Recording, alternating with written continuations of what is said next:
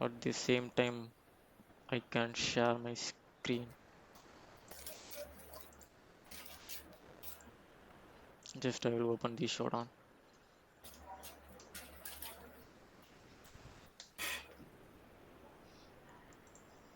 So I will start with a question. Did you guys know what was the initial access for the ransomware attacks? So how threat actor will come into the environment? So what are the initial access? Third party random fields. through through phishing. Yeah, right. And even any Yeah, that is the exploitation, yeah, easiest way to vulnerability. get the initial access on the particular target. Yeah, Yeah, most Yeah. of the cases. Okay. Uh, Even you can see 65% of ransomware attacks was rely on the RDP exposed. So Okay. Yeah. if you search for the port 3389 in Shodan, it will show Okay. every organizations which who are opened the 3389 in the public Oh. facing application. Yeah. Yeah. So this will be the 65% of the case in so far we Mhm. are facing as well as the world. Okay. Then second one, as we discussed about the same, the vulnerabilities in the applications. For example, there is a MySQL exploit or MS Exchange server exploits and phishing links and sometime weak application setting. Sometime we can see the Apache web server was vulnerable. Uh, let me spell.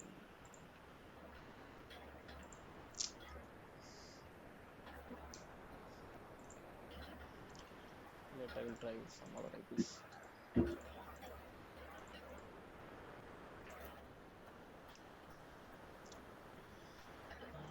I don't know. Maybe shouldn't have some error in the backend, so it is not displaying the data. Okay, let me discuss about some of the ransomwares, how they exploited the initial access. So first of all, we are going to discuss about the Sam ransomware that was happened in the 2016. So you can see this is the 338 and the port was open, and this is also domain, and this is the public IP. The Okay. threat actors can brute force this, or else they will follow another one method that I will share later. Okay. Yeah, Sam ransomware. Okay. So for initial access, they rely on the RDP things, the RDP credential. They compromise the RDP credential and they get into the system. Once they get into the system, they use the mimikatz for the post exploitation for credential access and this type of things. So you can see in 2016 the defense mechanism are not good. There is no EDRs like now. The defense mechanism is not so good. So only there is a Windows Defender and some firewalls and IPS IDs are protecting the environment. So that time, most of the target, most of the in organization received the Sam ransomware. They directly encrypted the data and uh, they did not. And they asked for the payment. They just gave the decryptor and they asked for the payment. Uh, once they uh, once they did the post exploitation, they need to spread that ransomware into every target inside the organization. For that, they use the PSXX to do that. They use the PSXX to remotely execute the ransomware executable inside the organization all over the host. So it impacted more, but they did not go on about the exfiltration type of methods. They just encrypted the data and they just asked for the payment. So the second thing we have is Robinhood. The Robinhood used the vulnerability, some internet facing application, maybe the PHP or MySQL exploit. They use the that method and they directly dump the LSA. And the third method is they go for a cobalt strike, and the fourth will be they just um, for spreading the malwares, spreading the ransomware, they just go for a GPO, group policy modifications, into the active directory. For exploiting the active directory, they use the mimikatz. and they modified the group policy, and they do all the things. They did exfiltrations, and they encrypted the data, everything. The next, what happened. And let me discuss about the BitPay ransomware. It usually comes with a Trojan. The user downloaded some of the applications into the fake site, and it comes from the Trojan. So then they just use some of the tools like AD Hunt for Active Directory account, and they just modified the group policies to spread the ransomware executable all over the machines inside the organization. And finally, let's discuss about the Rebel. So it was the common name, the Rebel ransomware. So they just it also same. They're coming from the weak applications. They just did some OSINT, and they find out some of the vulnerable applications are running in the organization, and they dump the mimikatz for the post exploitation, and for lateral movement they just go for a PSX. So the commonly used tool, we can see they are just following the three methods: the phishing, the RDP, and the weak application, the vulnerable applications. And for the next type, they are using mimikatz, bloodhunt, and AD find. For lateral movement, they are using PSX, WMI, and the group policy modifications. And these are the common types they are using. So for persistence, they are just creating a new account, or they are they are just modifying the registries or scheduled tasks to do the persistence mechanism. So let me discuss one by one. So how we can defend the ransomware attacks. So once the COVID come back in 2019, the ransomware threat actor changed their behavior of the ransomware. They just before that they usually encrypt the data. They will not do the exfiltration, but after 2018-19, they first of all they will do the exfiltration, and next they go for an encryption. So a lot of data get exfiltrated, and it will be published in the DLP, data leak site, of the threat actor, in case the company reject the payment. The ransomware threat actor initially compromise the RDP credentials, or they will just go for a spear phishing attack. They will get the credential from the user, and they will try it in the RDP or the VPNs. For example, if there is a Fortinet VPN get publicly exposed, and they if they get a uh, s- login application for the public VPN, they will just do a spear phishing attack to the organization administrator, and they will get the credentials, and they will exploit the VPN. Or else they will go for any vulnerabilities in the Fortinet, or they will just rely on the RDP things. And there is another thing: they will collect the credentials uh, for the initial access. What they will do, they will just pull the they will use the phishing, and they will give any document to open for the macro enable document. When the user open the macro enable document, that Trojan will collect the credential details, and it send it back to the threat actor. So there is a broker behind this. For one side there is a ransomware threat actor, and another one side there is a malware threat actor.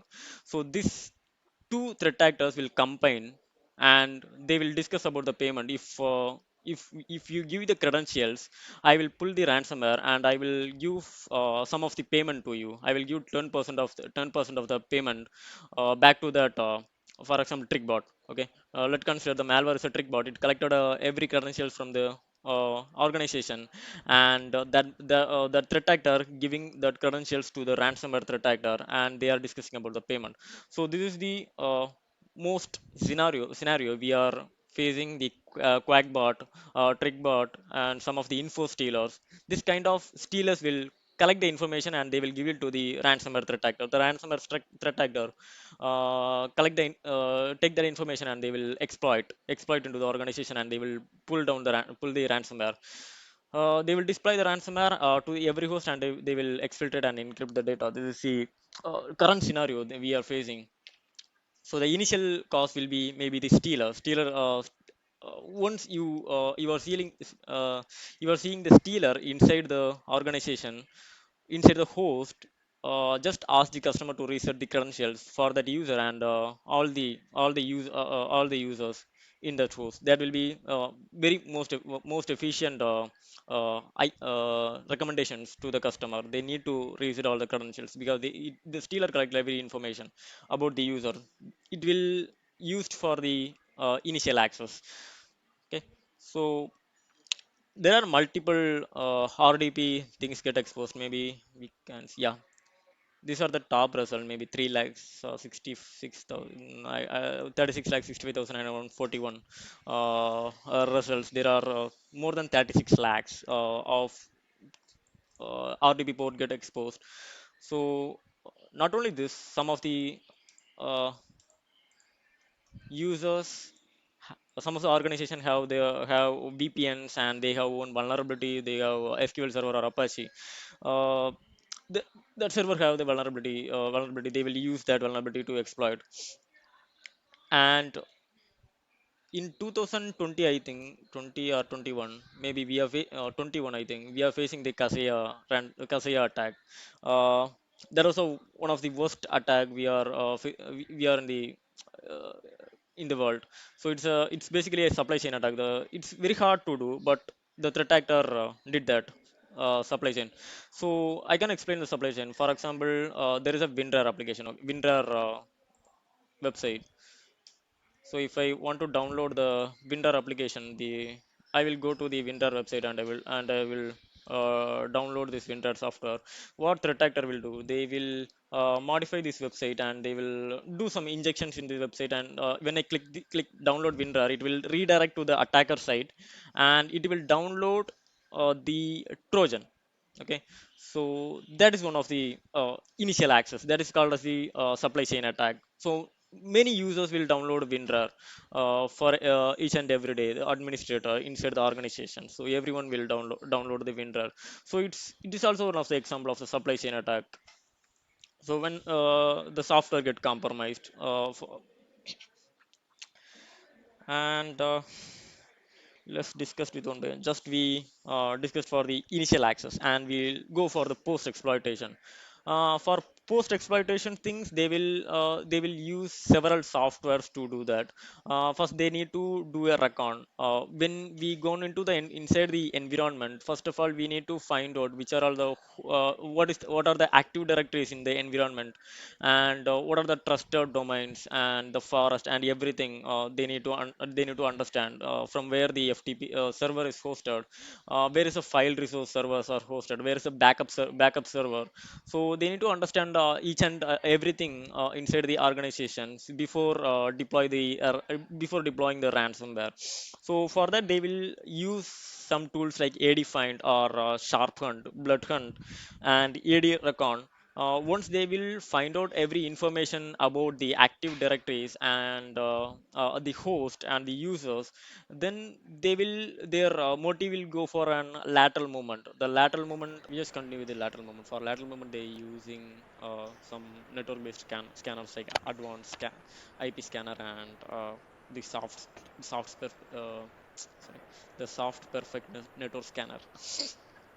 uh, After that, once the records are done, they are just pulling out the mimikatz, uh, or else the process hacker, or some of the tools to dump the credentials. So basically, mimikatz will dump the credential easily. We can do some of the active directory based attacks like kerber roasting, pass the hash and pass the ticket, the golden ticket, silver ticket. There are different concepts. We can do all the attacks using the mimikatz module, the post exploitation tool. They will use that tool for post exploitations. So their main concept is to do the uh, to access the domain administrator credentials. Uh, they will go for any type of attacks like with mimikatz. That was very easy to do. So another method they will follow, they will dump the elsa secrets from the host or from the active directory, and they will roam around everywhere. So once they got the domain administrator privilege, they will access they can have access to the file servers, uh, the backup servers, and the other domains. They can easily go to any system and they can do anything. The important thing is they can also edit the group policies in the active directory, and they can deploy a ransomware within a one shot. That was a very simple method, but it's a very efficient method for a ransomware threat actors to deploy the ransomware in each and every system without going for manual. So manually they need to deploy one by one. If they change the group policies, so within a one command they can deploy ransomware everywhere in every host which was active. So they can go for that. Uh, so once the post exploitation activities are done, their motive is to exfiltrate the data. Some of the ransomware will exfiltrate the data. Other ransomware will encrypt the data. So before that, the threat actor want to do one more thing. That was they need to remove all the backup copies. So that was one of the important thing. If there is no backup copies, the organization can't able to recover their data. So the threat actor need to delete that first. They will delete the backup copies and the files which are related to backups, and they will they will deploy the ransomware, and they will do that encryption or an exfiltration. So the data exfiltration will happen for some of the ransomware. They will upload the data in of the dedicated leak site, so the DLS. Some of the data will be available in the Mega or Drop Me or OneDrive, or the threat actor have their own database to drop all the data. They will go for that. For that, they will use some other tools like FileZilla, WinSCP. The FileZilla is basically FTP, a related thing. We can download and upload the data, and the system-based applications like Mega and Drop Me file. These are the applications they will use for that. In system-based binary, they will trust the R clone. So R clone is one of the Windows signed binary. They will use that binary to exfiltrate the data. Also, there is one more important thing. They will use the browser application also. They will use MS Edge or Firefox or Chrome or Tor browser. Even Tor browser, they will go for an exfiltration within the command line. So these are the techniques they are using for an exfiltration. Apart from that, they are not using any other techniques. This is the one of the one, these are the techniques they need to use. So in the ransomware binary, some of the ransomware exfiltrate the data using this application, and some of the ransomware binaries have their own executable, like Steelbit. There is a ransomware, I think Logbit. Logbit used the Steelbit application uh, to exfiltrate the data into the dedicated leak site. That application will install into the system, and that application will do everything. It will extrude some of the files, and it will exfiltrate other files. So these are the things. And the final thing, once the data get encrypted, sorry, exfiltrated, the final thing will be the ransomware deployment. So uh, the in ransomware deployment, uh, first of all they will exclude some of the data, because the user need to communicate with the threat actor, right? So once the data get encrypted, the user need to see the system. They need to see the screen. They need to see the text which the threat actor were used. So you can find it like, your data get encrypted, please pay this amount. If you need to communicate with the threat actor, just chat uh, in that application. So we have a facility to chat also with the threat actor. So some of the ransom are using that facilities also. These are the things the user need to do. So they will exclude some of the system files and they will exfiltrate the other data. The exclusion list will be like program files, program 86, program the Windows. These are the files they will exclude, and they will the other files they will just do the encryptions. And so we discussed some of the things. I will just ask you, what was the worst enemy of ransomware threat actor? What is the worst enemy? EDI technology. No, I just discussed with the Jerry bro. Jerry bro, just don't tell that. The simple thing, there is a worst enemy for a ransomware threat actor.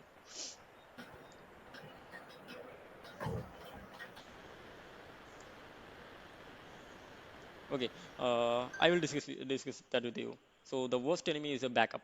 So if the data get encrypted, so the user can easily reimage the system and they will do a backup. So the threat actor, the efforts are wasted.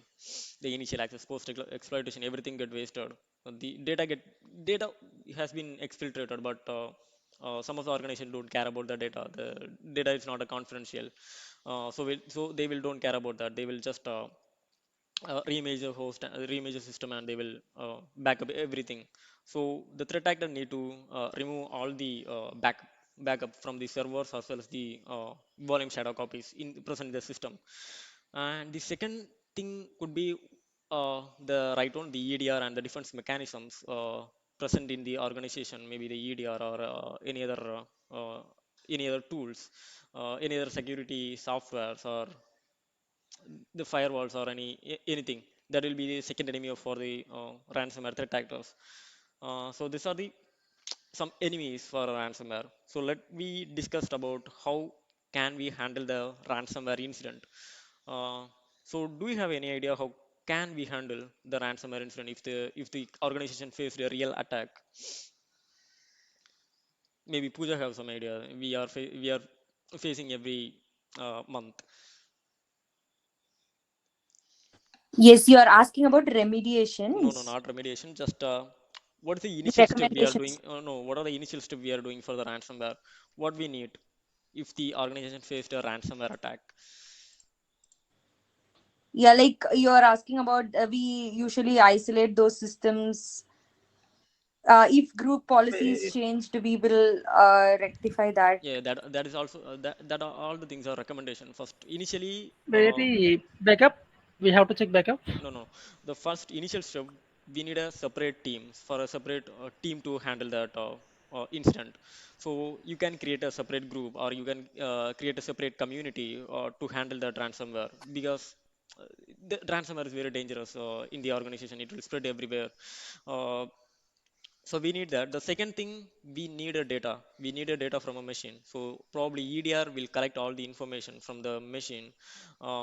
If there is no data, then we are unable to investigate what is the initial root cause and what is the attacker IP. So how attacker came in, and what is the C2C server for the attacker. So the next thing could be, we need to know how to analyze that data. We have all the data like EVTX and the AMP cache, SIM cache, prefetch file, the sum database, the browser histories, everything we have. We need to know how the data can be analyzed, how the forensics related things. And the third thing, we need to communicate with the customer, because customer need to work on this.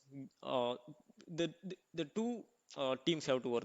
One is from the customer side and one is from the threat analyst side. The two teams need to work on the technique. So, for example, for some of the attacks in Sophos, even in Sophos, we are facing some of the data are not available. For example, they have only data uh, for a today, but the attack was happened 1 week before. So for that time, we can't able to find the root cause of the problem. So the attack will happen if there is a if I can't able to find the root cause. If the root cause was not fixed, if the root was not fixed, they can attack again. So that will happen. So there is sometimes there is no data to investigate the ransomware or any of the threat. The data, there is some limited data only. So that is another problem. So if we have every data from every side, we can easily match the tactics, techniques, sub techniques, and procedures. So, what is the technique that the attacker used? What is the tool they used for the post exploitation, and how they dump the LSS credentials? Which process dump the LSS credentials, and which C2C server they communicated?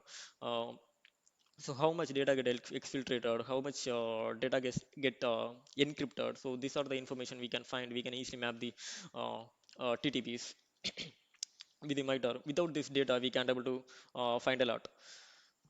Some of the time, the ransom, we need to know, first of all we need to know what is the ransomware, what's the name of the ransom. For example, if the ransomware named Samsung or Revil or Logbit or any other ransomware. So first we need to know the name of the ransomware. If it's a Revil ransomware, we can easily go to Google and search for the tactics, techniques, and procedures, which is the initial access the threat actor follow. This is the threat intel, the most important path. REVIL ransomware TTPs. So they will list all the TTPs the Revil ransomware use. With this data, we can easily hunt. We can easily do a threat hunt for that ransomware where it will create a persistence. So for persistent mechanism, which key they exploited, or which signed binary they used to download any of the data, and where the ransomware deployment happened, how the ransomware deployment happened, which executable they used for a ransom deployment, and the hash of the ransomware, everything, ransomware executable, everything we can find using this data. This is the most important thing. So once the once if the data get encrypted, and if the threat actor successfully encrypted everything, and they will just posted the banner, your data is encrypted. So we can easily find out the ransomware by ransomware name by reading the readme.txt. So every ransomware have the own txt file called readme or txt, or how to decrypt your data. So that file describe which ransomware affected the machine. With this name we can easily go for the threat intel communities, and we can easily hunt for the informations in the organization. So that is one of the method. When we come to the analysis, and so So when Ajay, sorry to disturb. Actually, like whenever the ransomware attacker, right, if they clear all the trucks, okay, on the particular targeted mission, so how can we find out whether the TTPs and other things, and also how can we know whether which family that malware, maybe the ransomware belongs to? Okay, so basically in EDR it will upload every data into the separate data lake. They have a own cloud server. They will upload all the data into the cloud server. For example, if I am running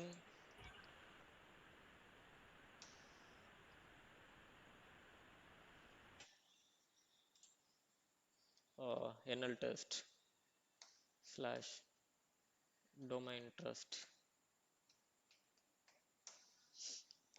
so this command will be recorded and it will be uploaded in the cloud site, the EDR vendor's cloud server.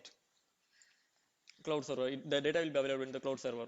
If the ransomware, the executable, or the threat actor uh, deletes this data, the data will be available in the cloud server. At which time I executed the command, which user executed that, everything will be there. So that is one of the evidence. But there is a problem. There is only limited evidence will be available, not much. For more evidence, we are we are trusting the win event from the Windows System 32. Uh,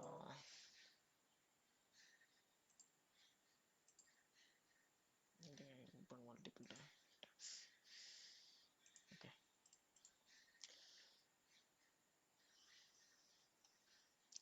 so in Windows,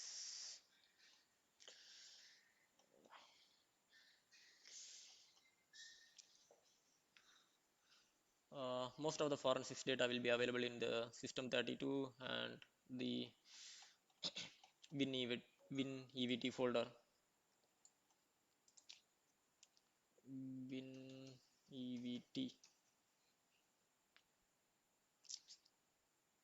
Okay,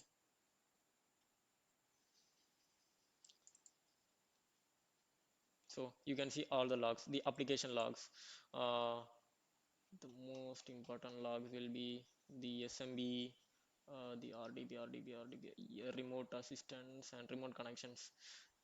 Basically, the ransomware remove all these logs from the machines. So if you have the system log, we can easily find out the services which are get installed. And if we have the security event logs, which are the users which are the users were authenticated and which are the users were logged in into the, we can easily find out that data, the users logged in informations. And we have most of the data will be available here. We have all the PowerShell data also. What are the script was executed in the PowerShell? So we have, yeah, PowerShell operational data. So it contain everything what we are executed in the PowerShell. Also, we have the RDP related data here, the remote desktop, terminal service, terminal. Yes, here, remote connections. So they will remove this data from the machine. So it will be very hard to investigate the initial access. So only we have the data for the which was uploaded into the cloud site for the EDRs. So with that data, we need to hunt, or else your EDR Okay. need to stop the threat actor to clear the logs. They will use the benign and the Windows signed binary called WEBUTIL to clear the logs. That was the signed binaries to clear the logs and logs in the machine. So they will use that executable to clear the logs. So if your EDR have the capabilities to stop that, so that will be the one of the detection, one of the measurement uh, for your data loss, for the data loss preventions. The data can be lost. So once the organizations were hit by ransomware, what are the things you will take? What are the response action you will take? I just discussed multiple things, which are the tools they will use for an exfiltration and for the the behavior, the ransomware behaviors I just discussed. So what are the prevention measures you will take?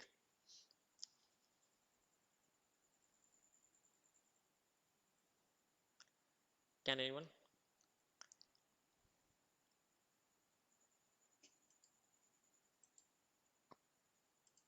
Hello, hello. See, you want the prevention, right? So, what are the what could have caused the initial access? We can like stop that, right? If anything is exposed, as you told, RDP getting exposed or any vulnerabilities, all that we can stop. And also, the main thing will be a good EDR, right? So, the things like credential dumping or any lateral movement, if it got yeah detected, and we can stop at that phase. Okay, And also we need to enhance the security policies also. okay. Jerry bro, you have any idea? Yeah, same, bro. These things.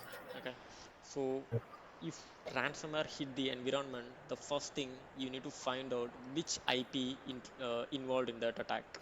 So you need to Mm-hmm. find out the threat actor IP. Okay, that was the initial root cause. If we block the threat actor IP, they can't able to communicate with the organization. They are useless. They did not have the communication to. The communication will be cut.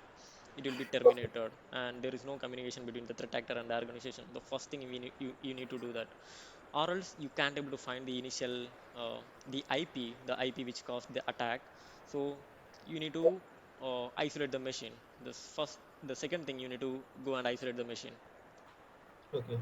But some of the time the customer will have the active directories and the important servers. So that time we need to think, because that will affect the customer. uh, so the customer did not sometimes the customer won't give the information to the won't give the permission to isolate the machine. So that time we will be that thing will be exposed. The thing will be in the public facing. So threat actor easily go to another system. So that is one of the thing. The good idea will be isolate the whole environment or else isolate the machines, which are possible as soon as So possible. Yeah. second stage we can like isolate after Yeah. finding the host we can isolate Yes. Isolate the based machine. on traffic, right? Mm. Yes. Inward outward traffic block. Mm. The third thing you need to do, find out which are the remote communication softwares are available inside the machine. Okay, okay. For example, the Yeah. TeamViewer or the AnyDesk. There are some of the remote management tools like Screen Connect or Mhm. Splashtop. So you need to Yeah. find out that application and block the hash in the EDR. So you can do that. Yeah. So maybe the threat actor will download the AnyDesk and they will roam around in the organization. So you can, from blocking the hash of AnyDesk, it will block it will it will remove all the AnyDesk applications. So you can stop the threat actor from spreading one machine to another. You can stop the lateral movement from the threat actor.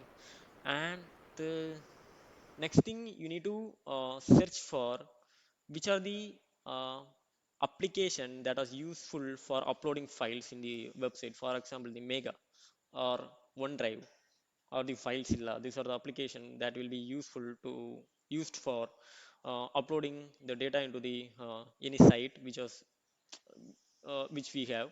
So we need to block that. We need to block that application. By blocking that, we can stop the exfiltration. So these are the preventive measures. So first we need to do this all the things when we hit with the ransomware. So the next thing, they must dump the credentials. So let find out the credential dump machines and ask the customer to reset all the credentials.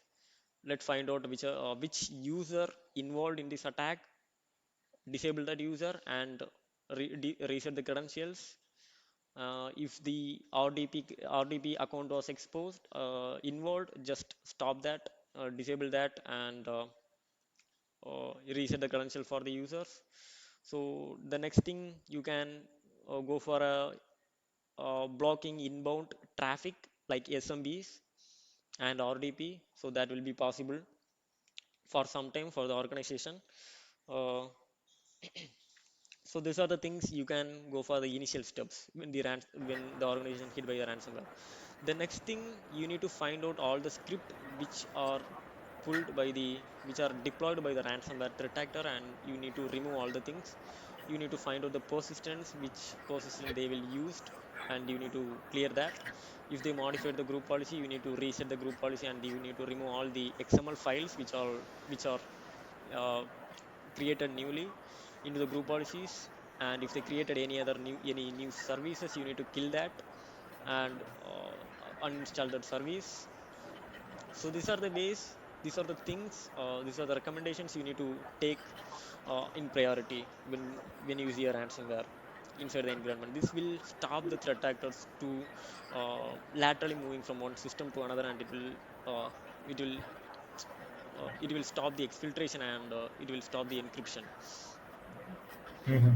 So once you completed all these activities, so you can go for the post-incident activities like finding out the initial access. If you find the RDP credentials RDP get exposed, and the initial root cause will be the RDP credential exposed. Uh, Okay. yeah. Then you need to fix that. You need to ask the customer to restrict the RDP in the organization, or else you are finding out some of the exposed VPN or vulnerable VPN. They need to fix that. The servers, Apache or MySQL, they need to fix that. Yeah, okay. These are the activities you need to perform once you hit by the ransomware. And sometimes the ransomware threat actor will exfiltrate the data and they will encrypt the data, but if the organization send a key, sorry, if the organization send a money or payment to the ransomware threat actors, they won't give the decryptors.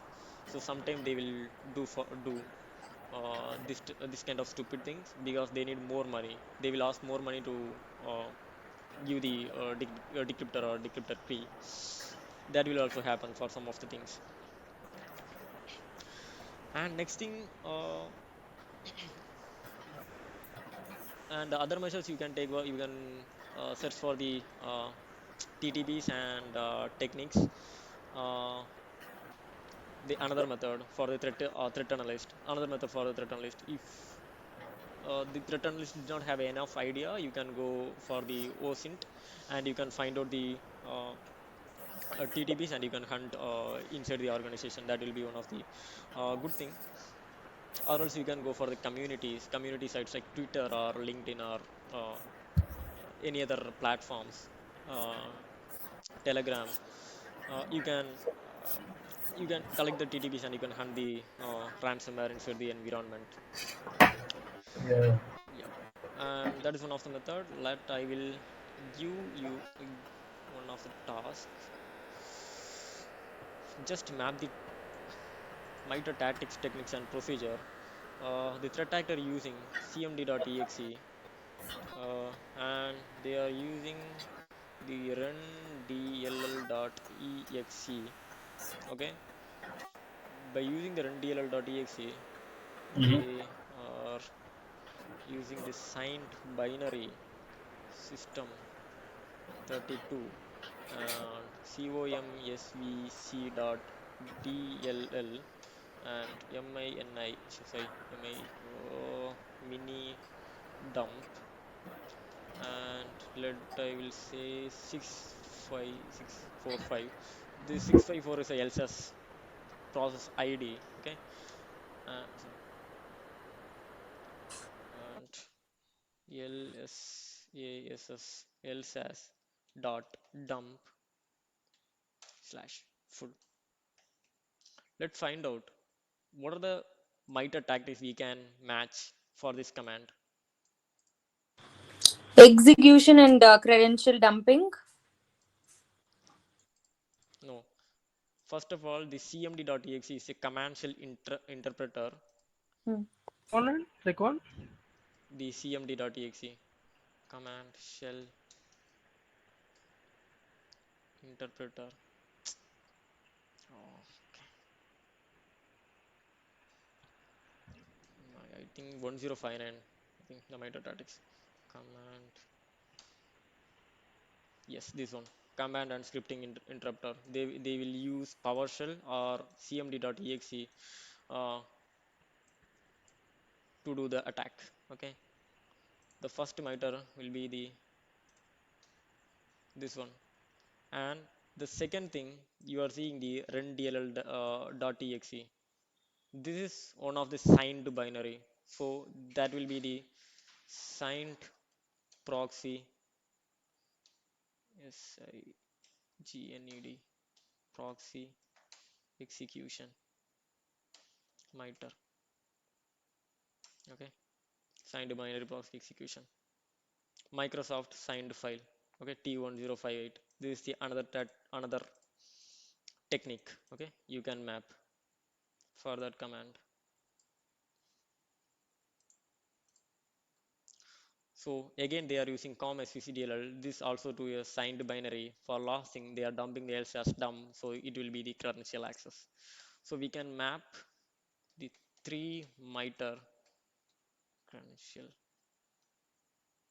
for one command. So this is the way you need to map MITRE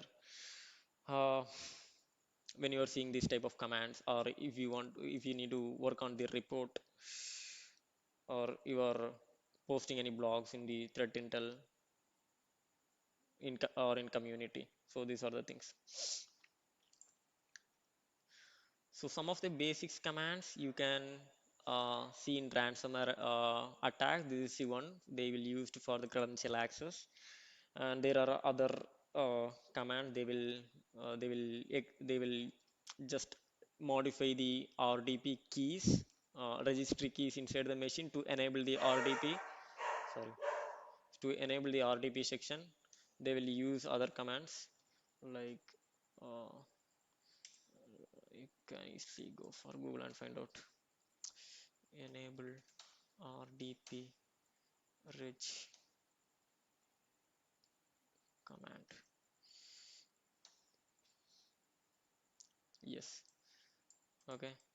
This is the another key, that control terminal. You can use this key to enable the RDP inside the environment and inside the host to laterally moving one system to another. The threat actor commonly modify this key to do that, and you can uh, use another methods like use logon credentials. There is a one key for use logon credential. That is a another one. Use logon credentials. Rich abuse. Okay.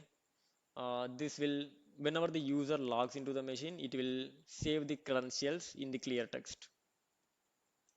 This will be very useful for threat actor to do a privilege escalation attack, and they can easily collect the credentials from the victim machine without any without using the John the Ripper for uh, reversing the hash. So this is another method they will use uh, for the credential access. And again, some of the ransomware will remove their evidence. So for example, if they are deploying the ransomware executable, they will do all the things.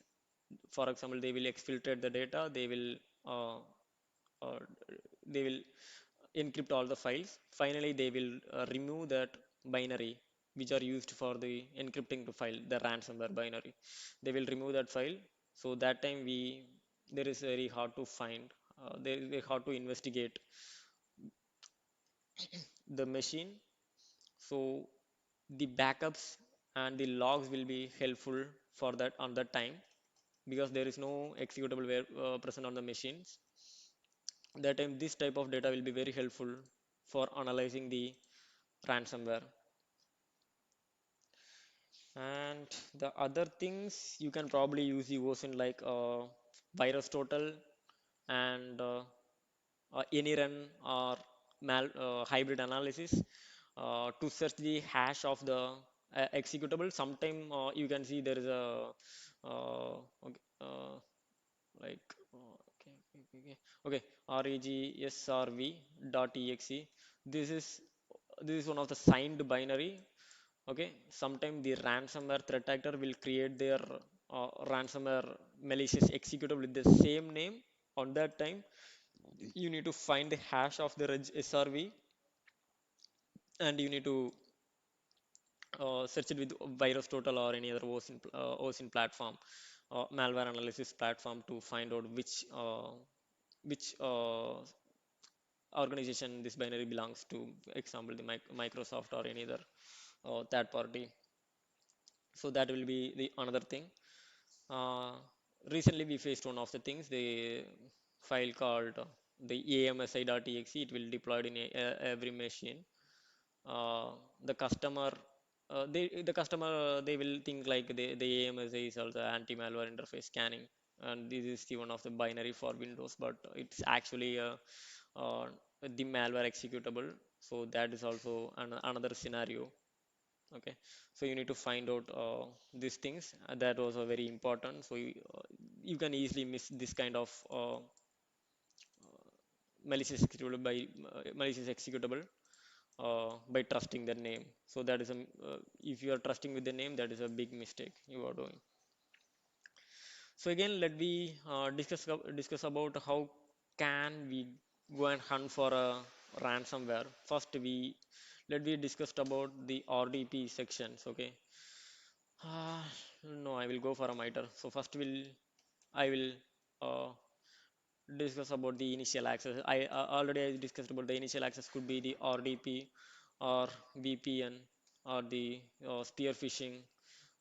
Okay, spear phishing or the phishing. Okay, these are the vulnerable web app. Okay, I will go vulnerable application. So these are the some of the methods the threat actors used for an initial access for hunting the RDPs. There's a logs we have. So go for logs, and here you can find where is it?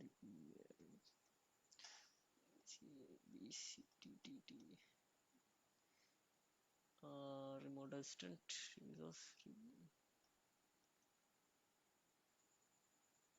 instance remote.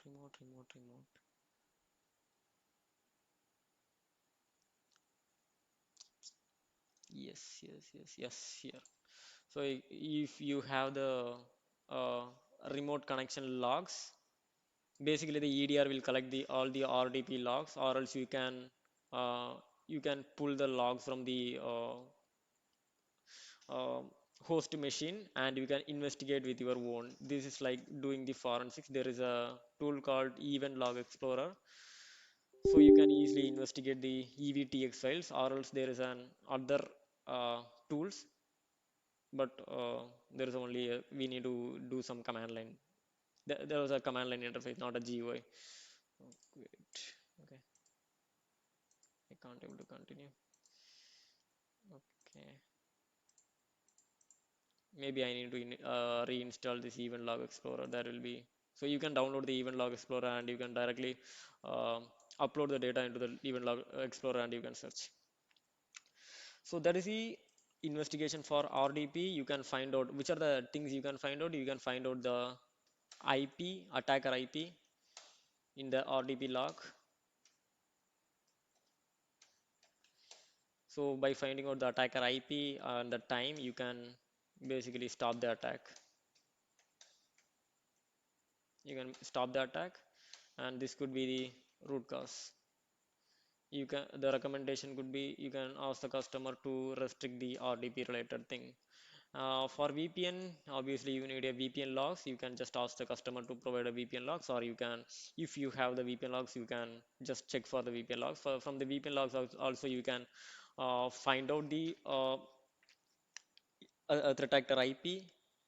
You can fix that if the VPN application are publicly exposed, or if the VPN applications are vulnerable. So you can do that.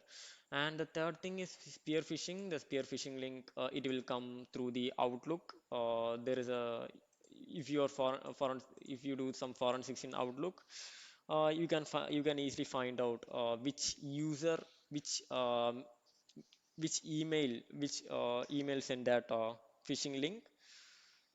You can investigate that, you can stop that, or you can block that email in the organization. Okay, so this is the thing. Even the same recommendation thing go for the phishing and spear phishing. You can ask the customer to educate the employees to don't click on the random link. It will be the spear phishing. That will be recommendations.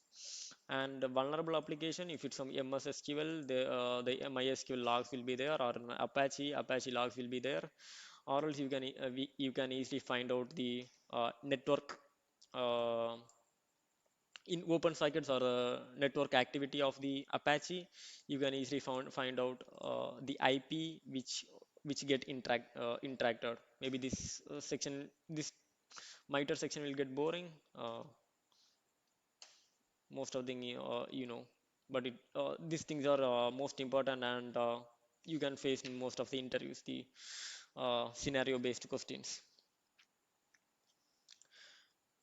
And I think discussed one more thing, supply chain.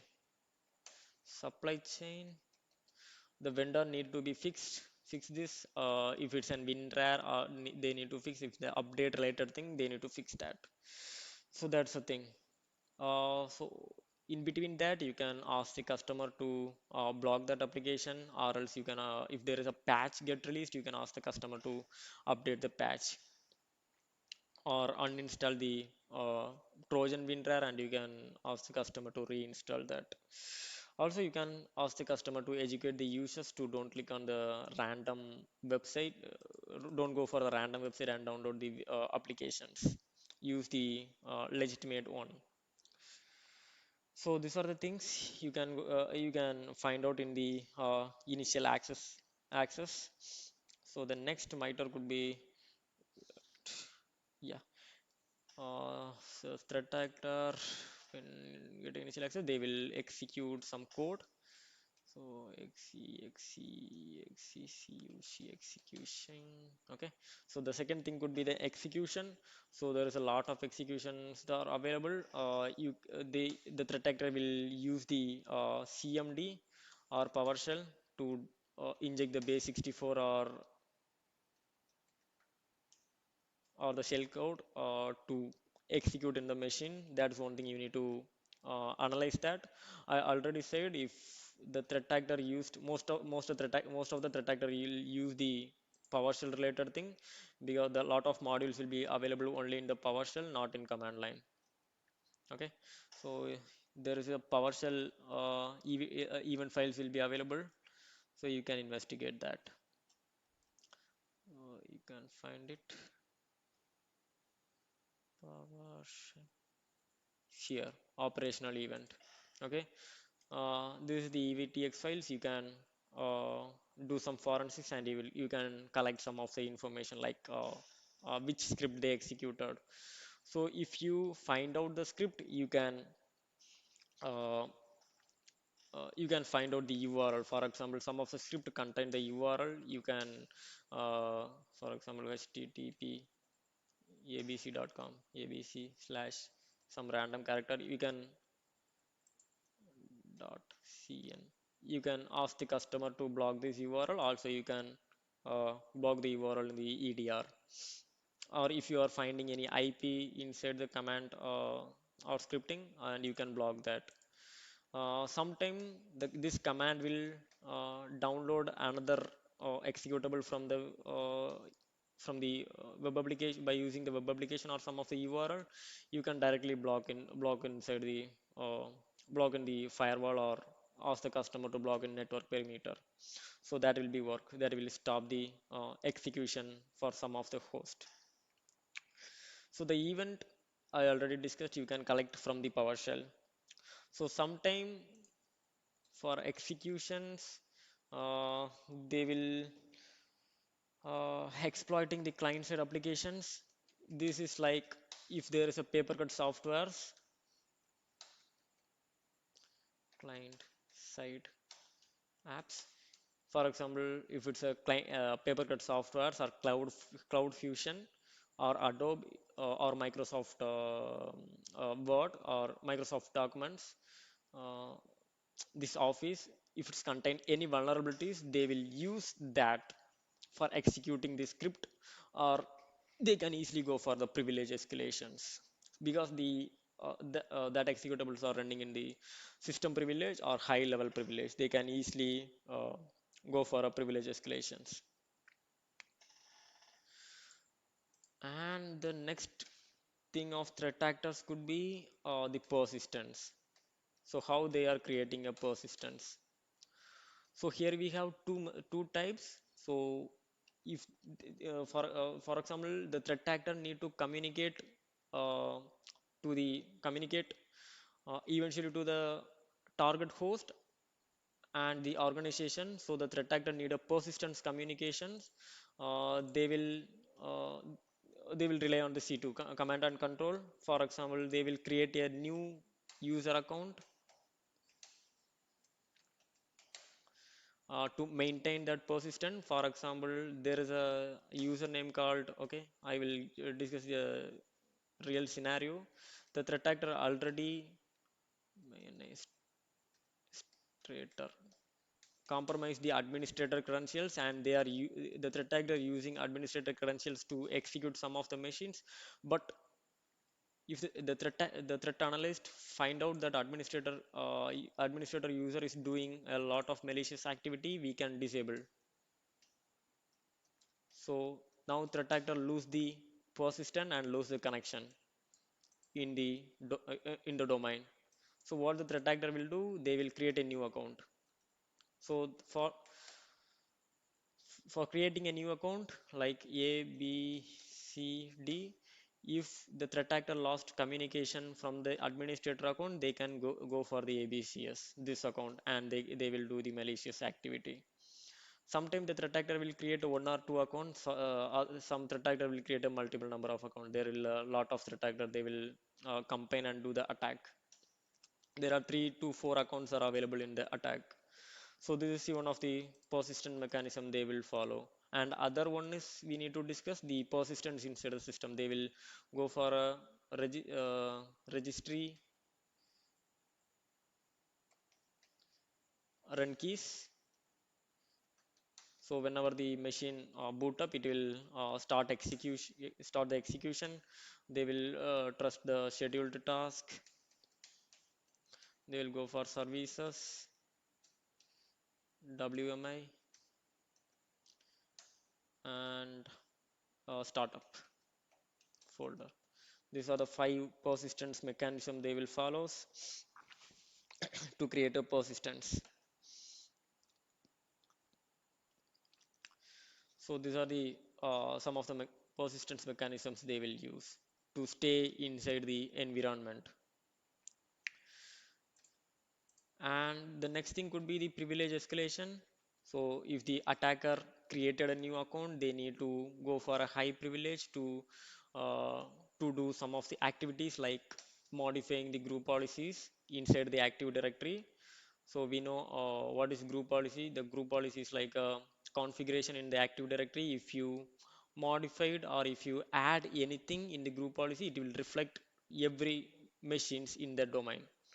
So for example, I have an Active Directory, and let's consider I have a company and there is an Active Directory. The Active Directory have the domain with 100 of users. So if I update the if I set the group policies to update the WhatsApp, inside the group policy, I just give the giving the executable binary, and I will just installing the GPs slash update slash force into my machine. Okay, in the machine I just give this command, the gp slash update and force, it will directly go to the group policy, and it will sync the group policy, and it will update everything what are the new things. So the threat actor easily abuse the group policies, and they will deploy the ransomware every host inside the machine. So this is one of the easiest way to ransomware deployment. The most threat actor are using this way to deploy the ransomware, because that was easy and there is no manual methods will be available. That is very, automatic. Okay, and for doing this GPO modification, they are abusing the privilege. And another thing, the important thing, they need to turn off the defense mechanism. So if you have the domain admin privilege, you can turn off the defense mechanisms. Uh, the low level or medium level privilege accounts can't able to do that, uninstalling or removing the defense mechanisms from the machines. So they need to do that. For that they will go for a privilege escalation. The methods they can follow, we can go for a process injection, and you can abuse the security account manager. Okay, security, this is one of the easiest method. Recently I did some studies related to the security account manager. Let I will show you, there is one of the important thing. Because most of the time we faced an attack, the threat actor will easily go for a system privilege. Sometimes we get confused how the threat actor leverage the system privilege in the machine. So we can easily do that. Okay, system is the highest privilege. uh, to go down the team.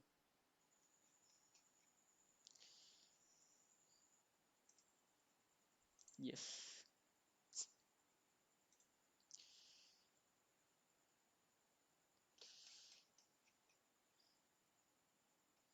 this is a good resource, I will share it with you to abuse the. Okay, not this. uh,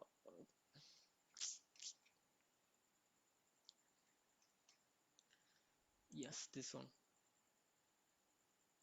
Okay, privilege escalation abusing this system service, sorry, not a security service control manager is CM. Just discussed it wrong. Account manager is a SAM. Sorry for that. Security control, so service control manager it was. I just confused. manage or service control manager, it's SCM. We can create a new service, but the threat actor will simply execute this command using the signed binary sc.exe sd set, and if they execute this command in the machine, they will directly get a system privilege, system permission, so they can travel around everywhere. Here is the thing that is just with the screenshot. It is easy to refer for you. I'll share this with you, just you can go and read. So this is the mechanism. They will I will, okay, I will share it in the WhatsApp, no problem.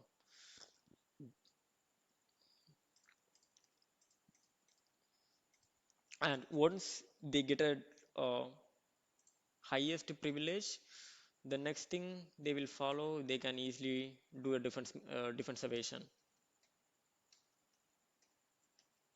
In defense evasion, they can turn off the EDRs, uh, defender, using the script or executable, whatever feasible they are using that method to do that. So once they do a defense evasion, they will do some uh, files and directory permissions. The next thing could be the exfiltration. So for that, the threat actor need to do some modification in the file and directory permission. Okay, some of the files and directories are not accessible for the users, so they need to modify that permission to access that folders and files. So this is the symptom for the exfiltration. They will just modify the uh, file and directory permissions. So they will use the signed binary called ICALCS, ICALCS slash grant. Every user uh, uh, to do that. Okay, they will use this command. They will use the signed binary ICALCS. If you are seeing this command, just investigate that. Don't skip. Okay, and Um, in defense evasion, they will turn off the real-time protection, the spyware, malware related malware scanning binaries, uh, and the EDRs and everything, every possible defense mechanisms they will turn off. Then some ransomwares, they will remove the already we discussed, they will remove the application event logs, and they will all the log file from the machine using the wev util minus cl. If they want to remove the application log, they will just use this application. It will remove all the application logs. If they want to remove the security log, they can security or system log, they can use the security. This is a simple way. The threat actor will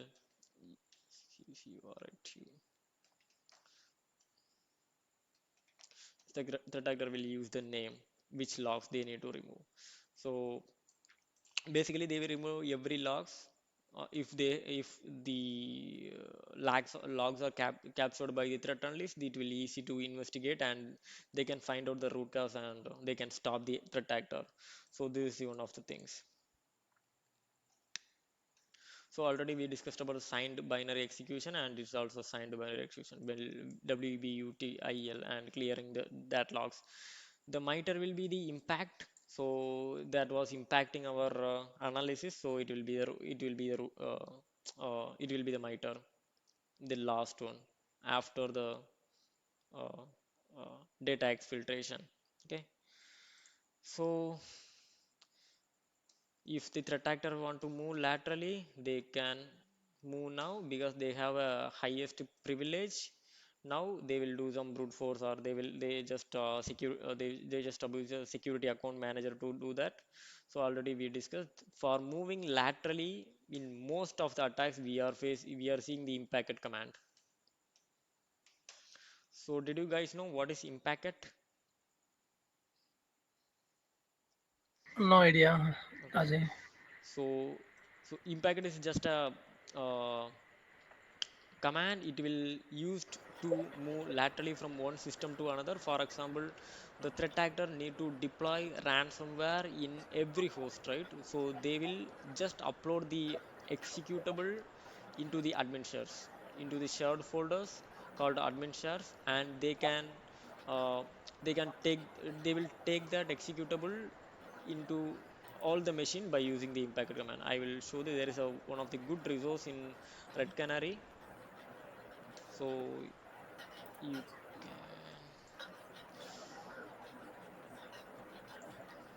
SMB exec. Okay, this is a good resource to read the impact related activities.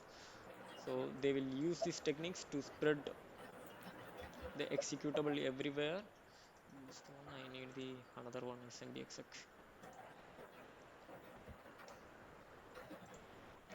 SMB my exec.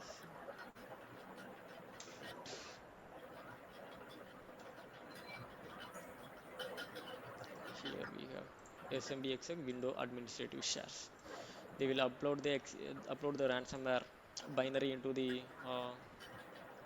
administrative shares like this admin shares IPC or C dollar. Okay, they will upload into this folder and they will spread it everywhere inside the environment. This is the impacted command. Okay, see how they are transferring the uh, payload. They are using the signed binary cmd.exe and they are copying the ntds files and they are pasting into the temp directory.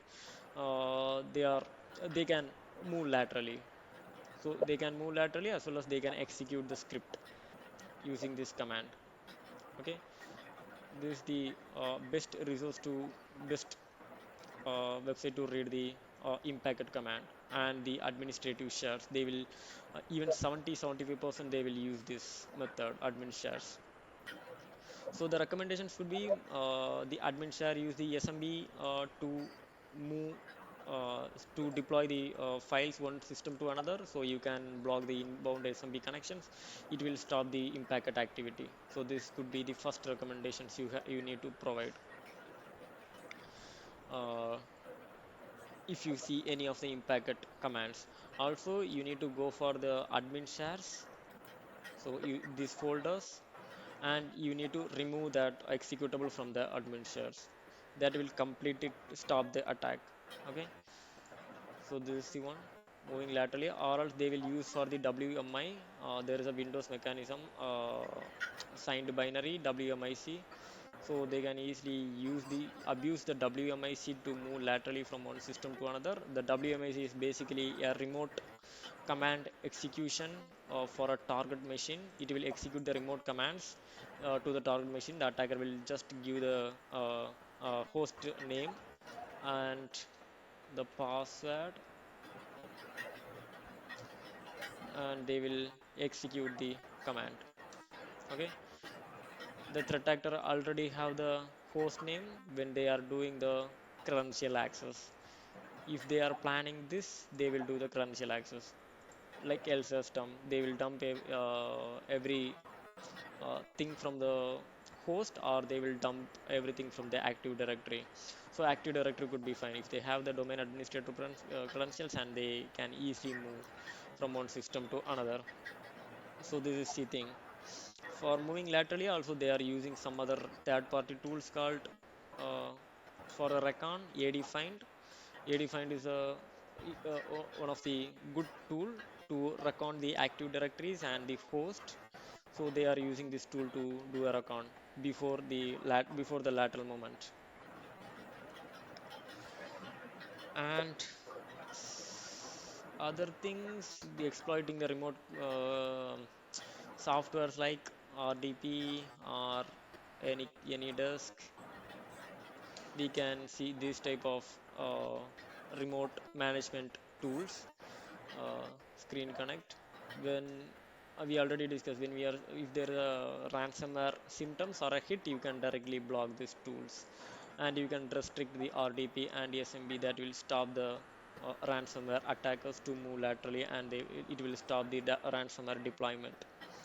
So after all these things, the next could be the data exfiltration.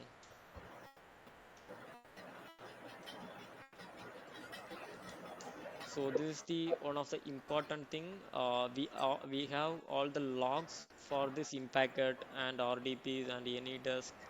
The privilege escalation related, they will execute some command for defense evasion. They will execute some defense evasion, turning off the defender related command. We have the evidence basically, but for data filtration, sorry, data exfiltration, we don't have a logs, much logs. Okay, for execution related thing, we have a prefetch, we have a jump list, we have am cache, we have sim cache, uh, we have services. There are a lot of evidence for an execution, analyzing the execution tactics. But for data exfiltration, there are much logs to uh, analyze the exfiltration. But there is one of the useful logs we can do the exfiltration. I will show that in a practical. Okay, this is new to Puja because these are the things we are already doing most of the recommendations and these things, but this is new. I learned this mechanism from reading the books and some of the OSINT. Okay, uh, there's a tool that was developed by the Eric Zimmerman. Okay, he is the best forensics investigator and the developer. So this is the Scrum basically contains all the logs, uh, the logs like which are the executable, uh, have the network connections, and how much data the executable send to the internet and how much data received from the internet. It will have all the uh, data. Okay, so you can download this. Okay, I already downloaded and I think I saved it in the,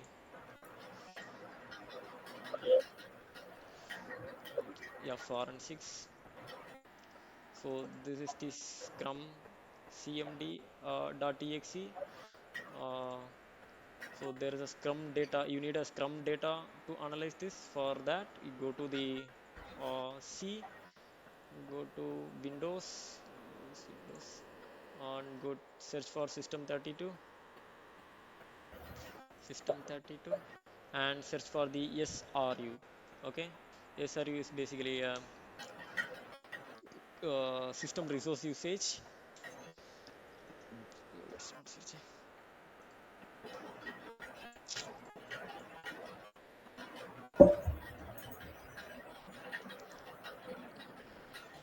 SRU. Okay, okay, this is the SRU, and this is the SRUDB dot dat, system resource usage database dot dat. Just pull out the logs from the customer environment, or you are doing the real forensics in the machine. Take that logs and save it in the folder. In this case, I am just saving in the scrum cmd.exe folder, and I am using the cmd. Okay, it will open the cmd command prompt. So this is the directory we have. Just scrum. You can see my screen, right? Yes, bro. Okay, sr scrum.exe, minus f, I think so.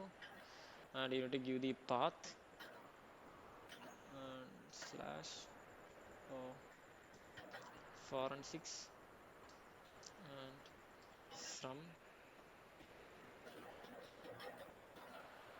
slash from slash cmd slash from dot dat minus minus csv. Okay, wait.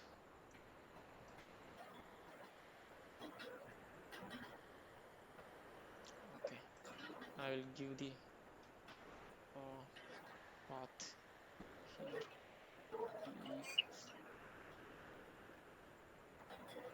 Okay, it will pull all the logs in the.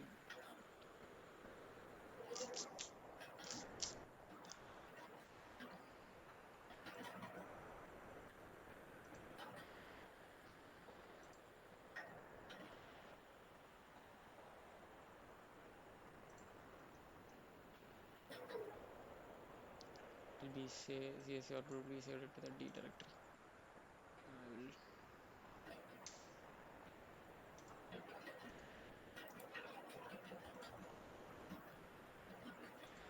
I need that logs in my from machine t slash forensic slash. Okay, I will save it in the forensics.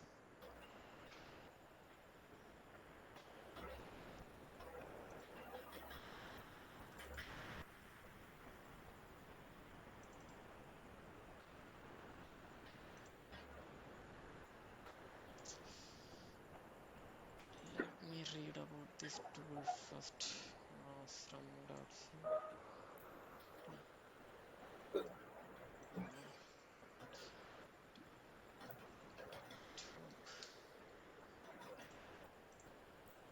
I think the option was minus F.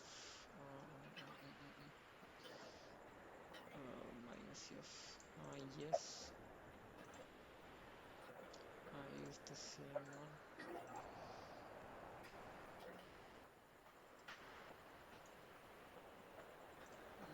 I use the same CSV and from data.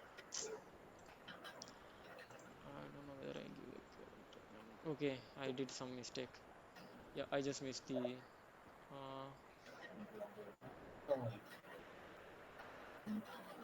okay, double quotes. I just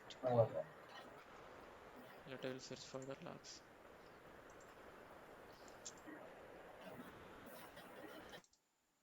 I think now the logs will be available. Yes.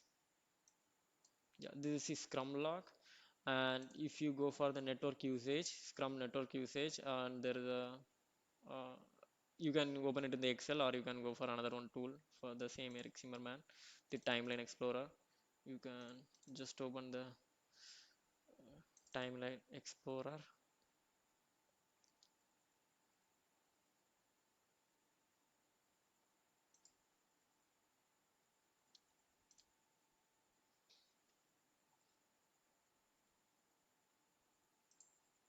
No idea, my system was slow.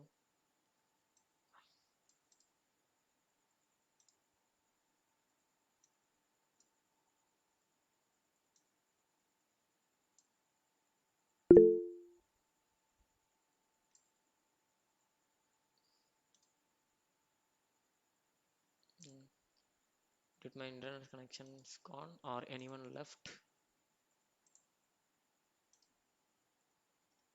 Hello, can you hear me? Yeah, Yes. yes, Ajay, we can hear you. Yes. From this log, you can identify the exfiltration, how much data get exfiltrated. For example, if you are giving SPOTI, Spotify, you can see the sent and received byte. So sometime the ransomware executable or a mega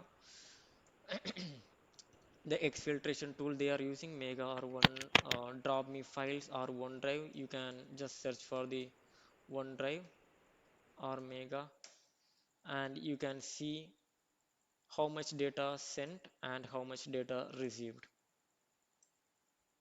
from the user.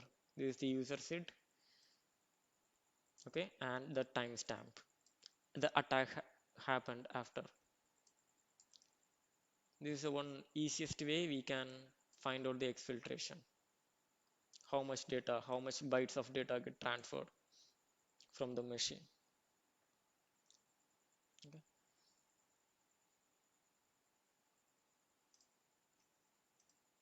Because I search most of the time investigating the exfiltration activity, there is a lot of data.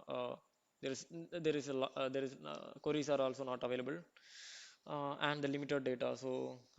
Uh, so I just use this method. Now I can find a new method to search the exfiltration using this from data. So sometime you can find the exfiltration through the web browser. So on that time, just check for the history of the web browser. So how much data get exfiltrated from the using the web browser. So that's the one. So final after Even the proxy in the even proxy also we can get the get exfiltration also. So proxy also will get it the based on the user name also. Yes, Yeah, but sometimes the customer need to send the proxy logs. yeah. The logs will not be available. Okay. Yeah. And the final thing is ransomware uh, deployment. Then last one, if they completed all the types of all this MITRE, the final thing could be the impact the data encryption. So in this case, they are using the PSExec to do the remote execution, the remote executable. They are using WMI to move laterally, and they will do the execution. They will change the group policy. Okay, group policies, group policies modifications, and again we already saw the admin shares and impact it. So these are the common ways they are using for uh, exfiltrations. So before exfiltrating the data, they need to clear all the backups. They need to clear all the recovery files. So common command they are using VSS admin. It's a signed binary for Microsoft. So VSS admin delete shadow. It will delete the shadow. Okay, sketchy shadow slash all slash QUET. It will silently delete all the shadow copies. Basically the shadow copies it's a property for the volumes and the files which are present in the system. It will take the a backup whenever the files are created. So if the threat actor deleted the volume shadow copies, the if you have the recovery files also, the recovery file can't help, because the volume shadow copies have all the informations like which folder has this file, from which folder uh, the files came from. So it will uh, impact the user to do that. And the miter could be the impact, the final one, the ransomware deployment. So any doubt till this? No, bro. No, Ajay. No, bro. Till this point. So these are the common methods they are using for the ransomware. Not a common methods, the entire method I discussed. Because every ransomware we are facing, this is the initial root cause, and this will be uh, the ransomware deployment they are using, the impacted or the WMIC to do that. No other methods they are using. This is this signed binary execution. They can uh, easily move one system to another without getting detected.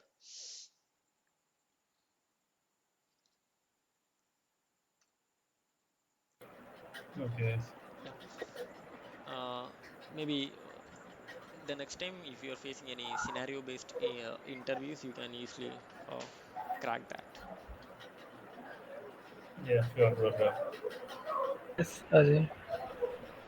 And let we discussed about one more thing. I just learned today some of the incident response actions we will take once we get a malware. If the customer faced any malwares, just isolate the infected machine and scan the machine with the EDRs or AVs and remove all the um, script files and the persistent mechanism if the customer infected by malware. Okay, if the ransomware attack happened, we already discussed now what are the things we need to take. And if the phishing attack happens, delete the suspicious that email from the inbox folder for all the users uh, who have received that email, and just educate the users to don't click on the phishing link. And also we have to block the particular sender domain as well at our exchange level. Yes, you can. Yep. And also you can block the URLs. The user sometimes the user clicks some malicious URL. You can block that in the network perimeter Yeah. in the firewall. Yeah. So these are the recommendations and you can take. So for SQL injection, you need to check the application logs, the SQL logs, and you can block the IP address, the which IP injected the script through the SQL, and you can clear all the malicious codes. If the credential dump happened, you need to reset ask them to reset all the credential. The final thing, you can ask the customer to patch the SQL server, or else the attack will happen again. Yeah, these are the common attacks we are facing. The web application is SQL, and if the RDP get exposed, ask the customer to restrict that connections.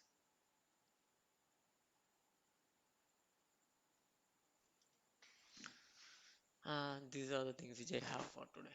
Any doubt?